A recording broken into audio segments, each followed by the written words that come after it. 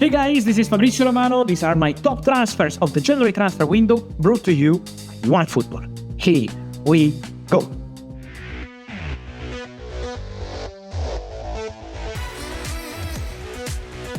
And so guys, let me start with the first transfers of a crazy window, because it's been a really active one, full of surprises, full of movements, full of big things happening. And so a massive window. I will start just telling you that I didn't include in my list Neymar Jr., but this is a bonus track for me because Neymar back to Santos is really emotional, is romantic. It's not just football, but it's something else. It's the happiness of Brazilian people. You can see them, even fans that are not from Santos, even fans from other clubs are emotional when they see Neymar, the idol of Brazil, the kid from Vila Belmiro returning to Brazil. So for me, the most romantic transfer for sure is that one. But then mentioning on the technical point of view, a transfer in sense of the most big movements.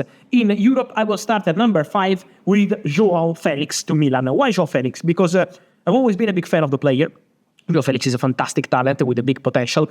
Just needs someone who can really trust him 100%. He had problems with Simeone at Atletico Madrid, then moving to Chelsea, having different experiences. But what I can tell you on João Félix is that the feeling is that at Chelsea, there was no real plan to see him as a regular starter. There is Cole Palmer in that position, and so Maresca said that several times. João Félix was suffering this situation where he had to be on the bench several times, and so the decision to leave the club on loan. Chelsea accepted what the player asked, to go on loan, to have a different opportunity. There were several clubs interested, but rather than giving him in Premier League, Tottenham, also Aston Villa, several clubs were interested, but the decision made by João Félix was to go to Italy. Why? Because there is the coach, the Portuguese coach, Sergio Conceição, who really trust him. And so for Milan, is a really important signing. I think Italy could be the right place for João Félix to have a big opportunity to shine and to show his skills. Of course, is a big chance. João Félix already had some opportunities, many opportunities in big clubs in his career. Now it's time to deliver. And so let's see how it goes. But for sure, for Milan, is an exciting signing, especially on deadline day when maybe you don't expect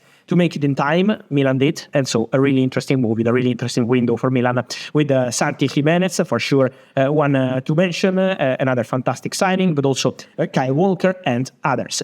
Then guys, position number 4, I want to put João Durán to Nassr, because this is a top striker. This is a beast. This is an animal. I'm in love with João Durán. This is a top player. He was delivering at Aston Villa, and imagine that majority of the games he was entering for 10 minutes, 15 minutes, 20 minutes, 30 minutes, then always scoring. Imagine doing that in Premier League. Imagine doing that sometimes in Champions League. It's not easy at all, guys, to enter and deliver, especially for a young player. But João Durán has been special for Aston Villa. Special also the transfer fee, 85 million euros from Al Nassr to Aston Villa, including add-ons for João Durán. You will have the chance to work next to Cristiano Ronaldo, so also in terms of mentality, to have someone next to him who can really show the top professionalism needing to be a top player. But I think João Durán has everything to become one of the best strikers in the world. He's already probably among the best, but he can be one of the top strikers. So this move to Saudi is massive for Aston Villa, massive for Al Nassr. And I think can also teach the player how to improve on some things and then return to Europe one day. Congratulations to Al Nassr. Position number 3, I take Omar Marmoush to Manchester City. This is a really big movement. This is a really interesting movement, because I really believe that Omar Marmoush is a player who can make an impact in Premier League. Very good start. Then we know it's going to take some time, but he's a versatile player, a player that Manchester City needed since they sold Julian Alvarez to Atletico Madrid. They were needing a player who can be used as a winger, as a center striker. So he's a perfect option for Manchester City, and I think a very good addition. Obviously, expensive. When you want to sign in January, is always expensive. So the transfer fee is around 75 million euros, and is a big package. For Man City, it's been a crazy window. They signed Vitor Reis, they signed Kuzanov, they signed Yumaba for the future, now on loan to RC Lens, and they also signed Nico Gonzalez in the midfield. So a very busy window. But Omar Marmoush, I think, is a player who can make an impact for present and future, a top player for Manchester City. Let's give him some time to adapt. We know also joining in January is never easy, but for sure an excellent addition. At position number 2, let me go with Marcus Rashford. Why Marcus Rashford? Many of you can say, but it's just a loan to Aston Villa. Why this? I think similar to João Félix, is a massive opportunity, this one, for Marcus Rashford.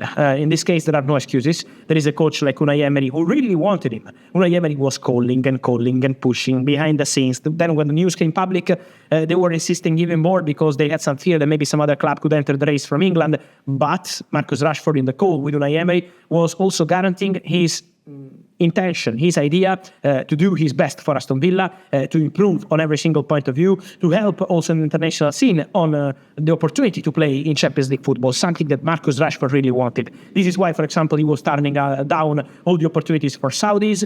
He was never attracted by any move to Turkey, so he was really looking for Champions League football. He was really looking for fresh air, for a new challenge, as he said. And so now work to do for Marcus Rashford, the work to do for Unai Emery, but for sure a lot of excitement at Aston Villa. He's not just the coach, Unai Emery, he's also the director of football, Monchi. He's also Damiani Dagani, who is working with him. They were all in the same direction. They really wanted Marcus Rashford in a super busy window for Villa. Axel Disasi on deadline day, a fantastic job they did on several things, including also Donny Malen, including also all the other signings they were able to complete in this window. Also, Marco Asensio, loan from Paris Saint-Germain. But I think Marcus Rashford is an excellent addition. It's a big opportunity for the player, for the club, and also for Man United to see how Marcus Rashford can deliver out of their environment, out of his place, his home, Manchester United. And so let's see what happens there. But Marcus Rashford to Aston Villa for me is a super exciting move, and I'm really curious to see what's going to happen. Position number 1, Kvaratskhelia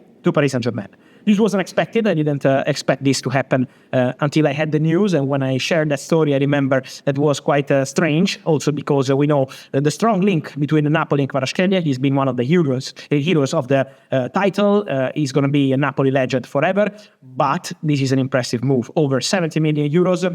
Around 75 package for Kvaratskhelia, but for Paris Saint-Germain to add this kind of player in a crucial moment of the season, in January, a player that they already wanted 1 year ago because they tried to sign at the beginning of May 2024. Kvaratskhelia and Osimhen in a package worth more than 200 million euros. It was rejected by Napoli, but then in January the player asked to go, asked to leave. He spoke to Antonio Conte, he spoke to the directors and asked Napoli to have the opportunity to go and join Paris Saint-Germain. A big salary, a big contract, but also a big chance for Kvaratskhelia to deliver in Champions League, as he already did with Napoli last seasons. But now with Paris Saint-Germain, there is big pressure, of course, and also an excellent addition for Paris Saint-Germain, a player who can make an impact for sure. I think instant impact already. They have many quality players. Dembélé is doing very well. Barcola is doing very well.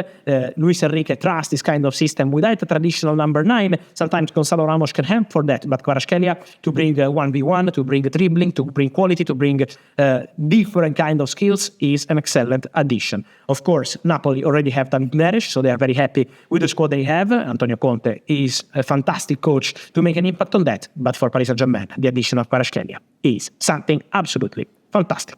And so guys, let me know your thoughts on all these stories, on all these names. I wait for your comments. Remember, this video powered by our friends of OneFootball.